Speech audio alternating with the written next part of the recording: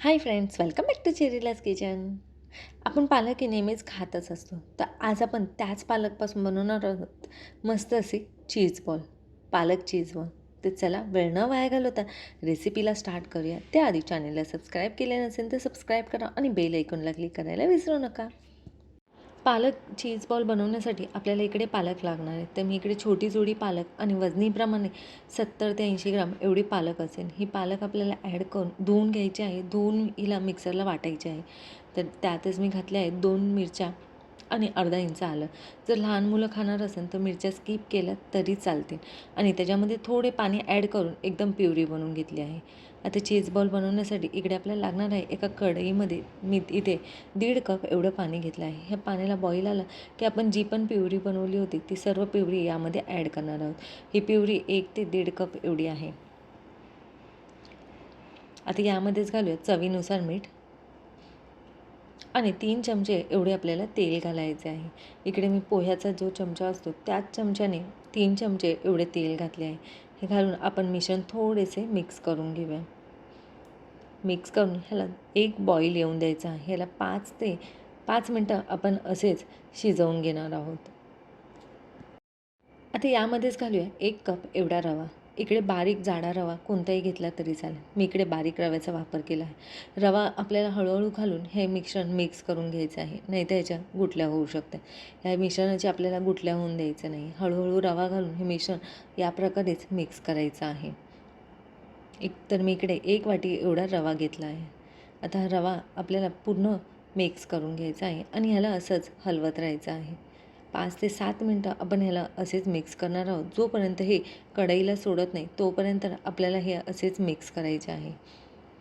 तर इकडे माझे मिश्रण मिक्स झाले आहे आणि कढईलाही सोडत आहे.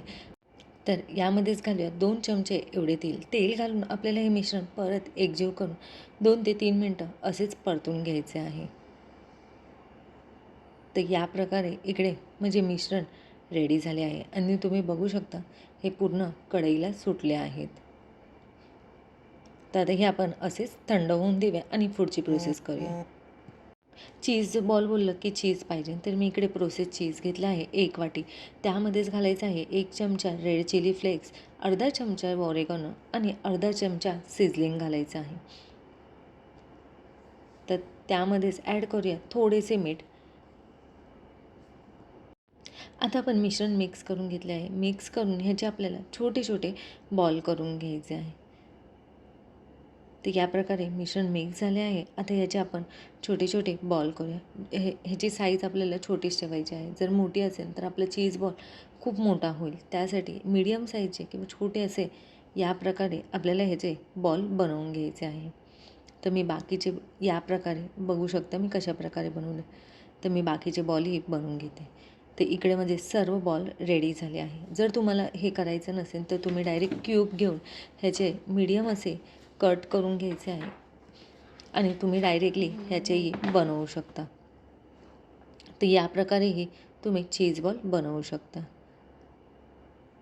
तर मी हे क्यूबचे पण दाखवते आणि चीज बॉलचे पण. तर इकडे आपले मिश्रणही थंड झाले. हाताला थोडेसे तेल घेऊन ह्याला या प्रकारे एकदा एकजीव करून घ्यायचे आहे. आता आपण बॉल बनवूया. हाताला मी थोडेसे तेल घेतले आहे. या प्रकारे मिश्रण घेऊन थोडेसे मिश्रण घ्यायचे आहे आणि आपल्याला या प्रकारे पारी बनवायची आहे. पारी बनवून एकदम मीडियम साईजची बनवायची आहे. खूप जाड नाही, खूप पातळ नाही, मीडियम बनवून या प्रकारे स्टफिंग ठेवून आपल्याला याचा राऊंड करायचा आहे. आपल्याला फक्त एवढी काळजी घ्यायची आहे की हे स्टफिंग आपलं बाहेर निघालं नाही पाहिजे. चीज आहे, चीज असल्यामुळे बाहेर निघाल्यास ते तेलामधनं बाहेर निघाल्यास तेलात सुटू शकतं. त्यामुळे हे आवरण आपल्याला पूर्ण चीजला लावून घ्यायचं आहे. तर याच प्रकारे मी सर्व बॉल बनवून रेडी करून घेते. मीडियम साईजचीच आपल्याला पातळी करायची आहे. तर तुम्ही इकडे बघू शकता मी कशा प्रकारे करत आहे. तर याप्रमाणेच आपल्याला बॉल रेडी करायचा आहे. तर तुम्ही इकडे बघू शकता मी रेडी केला आहे. एकदम इझी आहे, पटकन होतं. तर अशाच प्रकारे मी सर्व बॉल रेडी केले आहे. जे आपण चीजचे बनवले होते ते बॉल मोठे झाले आहे आणि जे आपण क्यूबचे बनवले होते ते बॉल छोटे झाले आहे. तसेच आपल्याला ह्याच्यासाठी एक पेस्ट बनवायची आहे. तर मी इकडे 2 चमचे एवढा मैदा घेतला आहे आणि पाव चमचा एवढा काळी मिरी पावडर, तसे थोडेसे मीठ घालायचे आहे.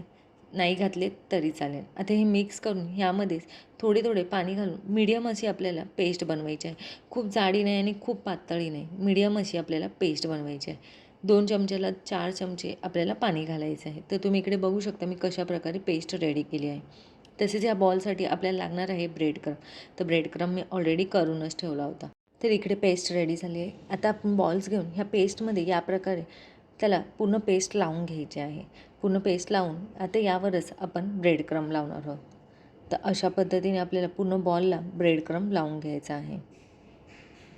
तर मी या पद्धतीने केलं आहे. तर बघा किती मस्त दिसत आहे आपला चीज बॉल. दिसायलाच एवढा मस्त आहे, तर खायला खूप छान लागतं. तर अशाच प्रकारे मी सर्व चीज बॉल ब्रेड क्रम लावून घेतले आहे. आता याला आपण कमीत कमी 10 मिनटं आणि जास्तीत जास्त 1 तास फ्रीजमध्ये ठेवायचं आहे. हे फ्रीजमधनं मी काढले आहे. आता याला आपण डीप फ्राय करूया. डीप फ्राय करताना तेल खूप जास्त गरम नाही, मीडियम असे आपल्याला गरम करायचे आहे. आणि तेल चीज बॉल तळताना गॅसची फ्लेम ही आपल्याला मीडियम टू लोवरच ठेवायची आहे. आणि हे पटकन तळून होतात, त्यासाठी आपल्याला ह्याला लगेच हलवायचे आहे, कारण की हे एकमेकांना चिपकू नये यासाठी. जेवढे कढईत मावतील तेवढे तुम्ही चीज बॉल ॲड करू शकता. तर मी ह्याला वेगवेगळं करून घेते की ते चिपकणार नाही. जर खूप वेळ नसेल तर तुम्ही 10 मिनटं जरी फ्रीजमध्ये ठेवले तरी चालेल, किंवा पार्टी असेल तर तुम्ही हे सकाळी बनवून संध्याकाळी डीप फ्राय केलेत तरी चालेल, किंवा दुसऱ्या दिवशीही ते डीप फ्राय केलेत तरी चालेल. एकदम मस्त रेसिपी आहे, घरी नक्की ट्राय करा. तर या प्रकारेच मी ह्याला उलटी पुलटी करून घेते आणि सर्व साईडने आपल्याला गोल्डन ब्राऊन कलर येईपर्यंत तळून घ्यायचे आहे.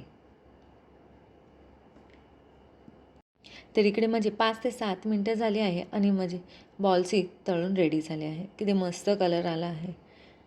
आता हे आपण काढून घेऊयात. तर अशाच प्रकारे मी बाकीचे सर्व बॉल तळून घेते. तर इकडे आपले सर्व बॉल्स रेडी झाले आहे. आता आपण सर्व करूया. तर मी इकडे तुम्हाला एक बॉल तोडूनही दाखवते. तर तुम्ही इकडे बघू शकता किती मस्त चीज पूल झाला आहे आणि किती मस्त लागतं आहे. ह्याच्यासोबत तुम्ही ग्रीन चटणी, टोमॅटो सॉससोबतही तुम्ही खाऊ शकता. आणि रेसिपी आवडल्यास नक्की लाईक करा अँड शेअर करा.